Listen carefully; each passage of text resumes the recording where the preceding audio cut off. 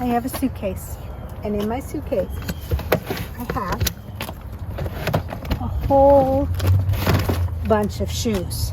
Because you know what they say?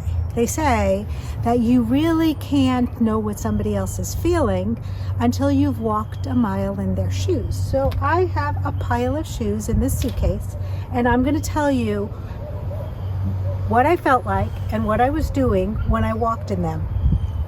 So the first pair is a pair of boots that I still wear, that I wore when I bought in 1998 when I lived in France. Still wear them, not much tread on the shoes. They must be pretty darn good shoes. I bought them in Nice, France in 1998. I walked in November when it's raining in the south of France, all over the Promenade des Anglais in the Mediterranean, and I loved every single minute of my life in these shoes. These shoes I walked on the runway with in Washington, D.C. You can see they are gorgeous. They have a story behind them, which I'm not going to tell you right now, except I will tell you that they come handmade from the Canary Islands. Walk a mile in somebody's moccasins.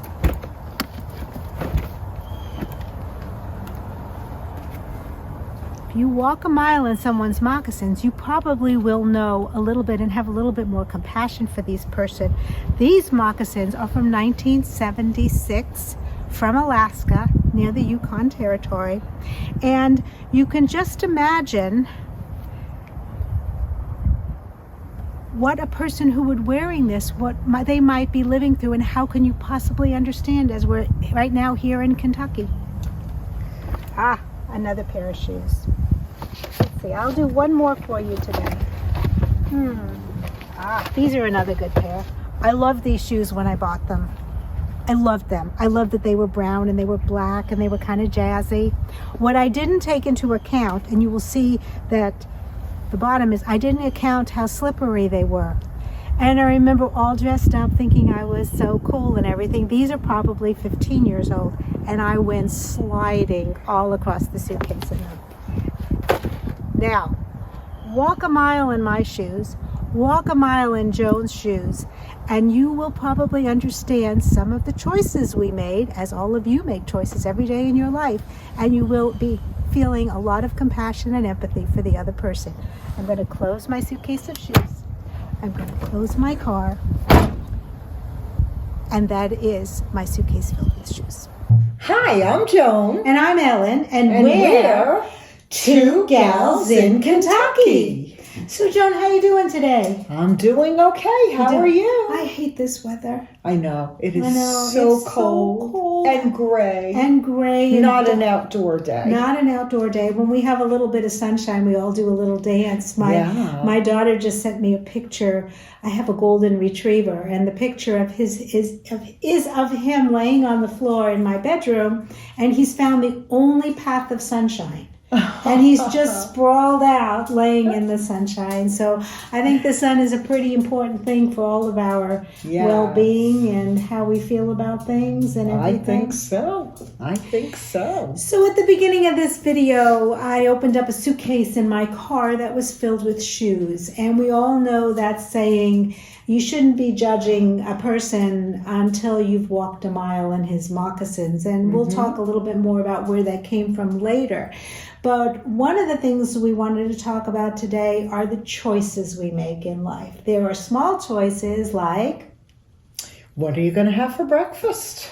Or what jacket am I going to wear today? Or what am I going to make for dinner? Yeah. Or which gas station should I go to? Or what kind of food? Like, I'm talking about food again. But then there are some of the big choices in life. And sometimes they're surprises. And sometimes they're good surprises. Sometimes they're bad surprises. Sometimes they are things that are beyond our control. And a lot of times people think, good friends, bad friends, enemies, think they have the right to judge us and to criticize us. And so I'm sure that all of you have had choices to make, the big ones, the little ones, the good ones, the bad ones, the hard ones, the easy ones. And Joan and I talked about this, and we talked about what was one of her big choices she had to make? And she's willing to share that with us today, and we can dissect it afterwards. So, Joan, why don't you talk a little bit about that very big choice you made? Okay. How many years ago would it have been? 27 years ago. 27 years 27 years ago. Well, Ellen and I often talk about the big differences between us, and there are so many big differences between us. There are. Ellen has lived all over the world. And moved a lot. Yeah. And I, on the other hand, was born and raised in New York and lived in New York for 39 and a half years. It's a long time. I left when I was 17. Yes, so a very long time. Very long time. And then 27 years ago, I met a man and fell in love. And how long did you know... criticism. How long did you know this guy, Joan? Not too long. Okay, not too long. Just long enough to know I was in love. Yeah, and she didn't go to Nevada. Did you go to Nevada? No, I didn't go to Nevada. None of those love chapels for you, no? We were dating for an extensive period, maybe a couple of months. Yeah, that's a long time. And yeah. In the life of a baby, it's a long time. Not in the 39-year-old. Yeah. Okay, fair enough. And he was born and raised here in Lexington, Kentucky, and he had family here. And he came down to visit his parents and realized that they were both sick. They were elderly, they were struggling, they were sick. And we would speak on the phone. I'd check in to see how he was doing. And I remember one day I was actually at work. And he called me and he said, "You are the love of my life. Come to Kentucky with me." No, he didn't even say that. He said, "How do you feel about living in Kentucky?"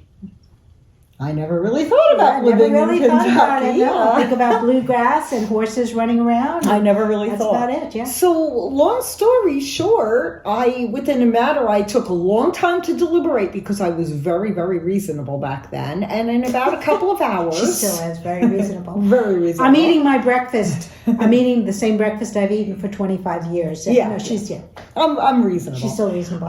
But anyway, I thought about it for a little while and I said, sure, let's move to Kentucky. So the biggest change at that point, the biggest leap of faith was for me to leave New York, the only place I'd known in my life, and come to Kentucky. Courage. And lots of courage there. There's so many nuances to it that you don't even really think about.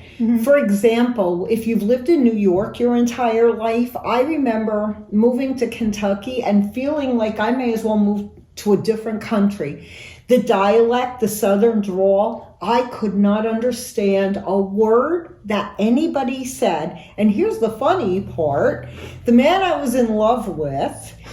This is true. This is true. Who in New York spoke perfectly understandably. Once he got back to his home of Kentucky, I couldn't understand a word he said either. I think that's pretty normal, though, actually. It seems like, they always say when you play tennis, you play to the... I don't play tennis. I've just heard this. That you play to the level of the person that's with you. So, like, if you're a really good player and you're playing with a lousy tennis player, you're going to play badly. Yeah. And so I think that when you move on and...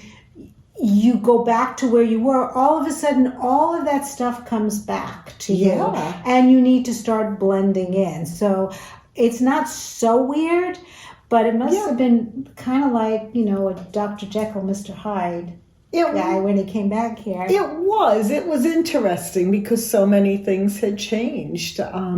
So this was a really big move in my life. And then as we talk about judgments and walking a mile in people's shoes. So what'd your mom think? Well, my mom had passed away. What'd your sister think? My sister and the rest of my family were pretty appalled. Yeah.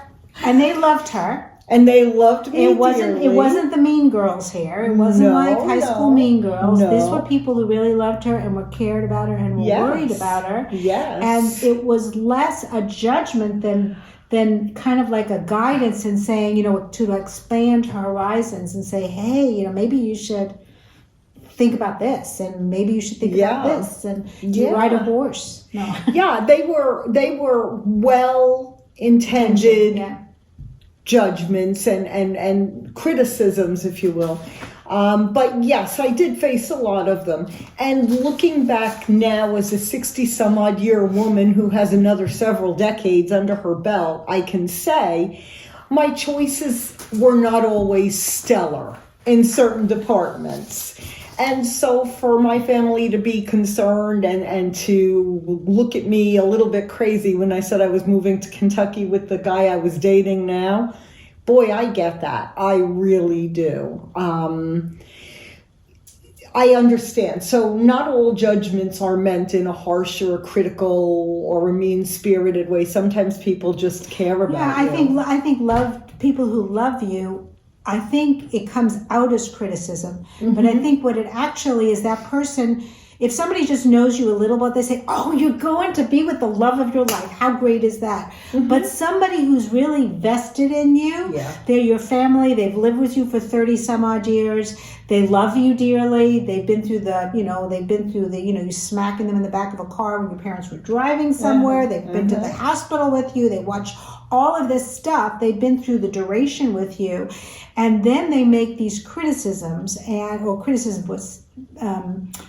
critical guidance, I should say. Yeah. They're actually trying to broaden your perspective. Now the problem is she was in love. I was in love. I think that was the blinders on. She was definitely one of those horses on the track. I mean, she had those blinders on, and she was going for the racetrack here. Yeah. She was going for it. And it's, interestingly enough, I had the same kind of thing happen to me, but we're not going to talk about that right now. I do think that there are a lot of people who are mean-spirited, who do try and judge or make sense of what you're doing, but they don't really know you. Now, there was no social media 30 or 27 years ago. No, 27. There was no, so nothing happened quickly. So, Joan didn't post a picture on Facebook and say, I'm moving to Kentucky, see you all later, that kind of a thing. She actually got in a car. There were no cell phones. No cell phones. She got in the car with a couple of quarters in her pocket to make the phone calls on the way. And she just left. And so people really didn't have the words that we all do on social media. And she just kind of left with it. That's tough. For people, what can they imagine? Her parents must have gone ape over that. Well, her dad and her sister. Back in the day, there was the pen and the paper. And when I first moved to Kentucky, I was so homesick for my friends and my family. And I would write long letters every day to my aunt and to my father and to my sister and to my friends. I would write long letters every day because that was what we had back It's like then. a journal. It was journaling back then. And that's what we did. That's what we did to kind of get over it. And so it was a big choice. Yeah. Did you own up to it right away? That maybe it was good or bad, or what you had done, or did it take you a couple of years or decades to get over that? I'm going to be very honest here. I'm going to say it really took me years to own up to see the crazy side of it. It took me years to see the crazy side of it. Self-reflection is a big one. Yeah, it's a big one. I look back now, and I also want to say, Ellen and I have talked about this, that at the end of the day, it turned out to be the best decision that I made for myself. Yes, I would see it as your best decision. And my boys. It was hard for my daughter. She was in college in New York. It was very hard. It was hard for me to leave her. It was hard for her to have me leave her. My boys, who were much younger, I think I was able to give them a much better life. Here in Kentucky, the kind of business that I do, I was able to have a lot more success here in Kentucky than I ever could have had in New York. Yeah. So at the end of the day, I don't look back at this as a bad thing. I think that it was indeed harebrained at the time that I did it. I think that it was seen as harebrained and rightfully so. I think it was definitely harebrained. But I don't think it was, I think it turned out well. I think it did too. I know the end of the story. Joan and I talked a little bit about the middle, but I do too. I had a similar experience. I was 19 years old and I fell in love with somebody. Also, I was in New York City, hadn't been further than Pennsylvania, and I was in love. I mean, I knew it. And so I dropped out of college. I worked for 1 week. My husband is from Washington State. I dropped out of college. I dropped out of college. I went to work at a temporary agency, made enough money for a one-way plane ticket, and got on a plane and went to Washington State. I had never been further than Pennsylvania. I didn't know what was going on, but it was a good decision. Mine was a good decision too, because it was one of these choices that I made. I remember my dad, I was at the airport. My parents had never been further than Pennsylvania either. And I think they were just in shock. I was 19. I mean, when I think about my kids doing something like that, I'd kill them. I'd lock them in their room. I mean, I wouldn't let them do it. Yeah. But they did, and my dad slipped me money for a return plane ticket. And so you do make choices. Yeah. And I think I didn't even listen to the criticisms back then. Oh, yeah. I didn't listen to them. I didn't hear them. I didn't, I lost track of friends. I didn't know. In fact, decades later, when friends reconnected, they said, wow, didn't you know you were going to somebody's wedding the next month? Didn't you know this? But yeah, you do. You make choices. Every single day you make choices, and the ownership of it is important too, and that takes a little bit longer. It is, and that's where real growth and understanding of yourself comes in. Is the ownership, is to be able to look back 27 years later and say, that was a pretty crazy choice. Yeah, or a great choice. Mine wasn't a terrible choice. Mine was a great choice. Yours was a great choice. 46 years later. Excellent. But when we look back on it now, both of those are choices. Her choice and my choice. They're both choices, They could have gone very differently. They could have gone very differently. They could have gone very differently. I will tell you one thing. I do have to tell you one thing. In the first year that we were married, we moved to Alaska. We weren't there very long. And my husband was working up on the Chilkoot Trail, guiding people up there. And I was working, we were in Juneau, Alaska. This is when I knew I might be out of my element. We were living in a trailer park because there was no housing at that time. And I was waiting for a bus to go into town to go to work. And I'm from New York City. I'm standing at the bus stop. And right in front of me was a mom bear and 3 baby bear cubs. And I thought, this is it, I'm done. I'm done. This is not for me. This is not for me. Check the guns at the door, in New York school system, but this was not for me. So you do even question your choices. I'm sure you did along the way too. Oh, for sure. As I said, we were very lucky that these big choices, these big decisions we made in our lives ended well for both of us. But boy, it didn't have to. Yeah. But it's part of life, and you should be doing it. And I think one of the things we are trying to get across today is it's very difficult not to feel an overwhelming love for your children, which comes out as criticism a lot. And it's not, your kids need to live their own life. Your parents or your dad let you do that. Your sister let you do that. My parents obviously did. I'd never talked to them about it because I left and really didn't go back. I visited, but I didn't move back. But I wonder what my friends were saying about me. I don't know. Yeah. But I wonder what they were thinking and, what was going on, because I just pretty much left my life, as you must have done, except for your close ones. And so people do make judgments, and we gave 2 good examples. We gave a love example, but people make all sorts of choices. People make choices to take drugs. Yeah. People make choices to overeat or not overeat. People make choices to be mean to people, or people make choices to be kind. And like we said, you have to walk a mile in someone's shoes to know what their choices are. You also have to think, sometimes it's like an addiction too, and it's a physical addiction, right?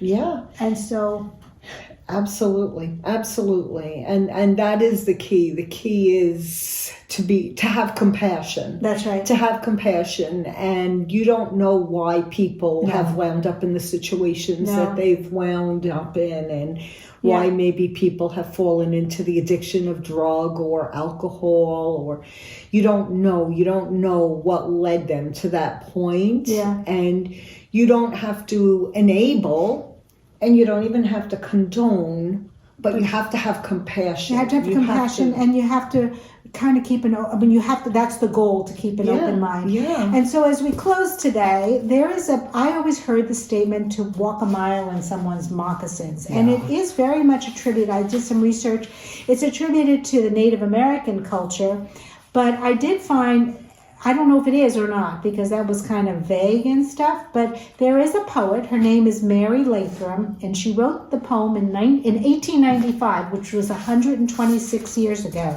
And it went like this. I'm going to give you just kind of excerpts. Just walk a mile in his moccasins before you abuse, criticize, or accuse. Now this is all easy to say and difficult to do. I'm not preaching this at you, because believe me, I criticize a lot. And I don't know, Joan is perfect? No?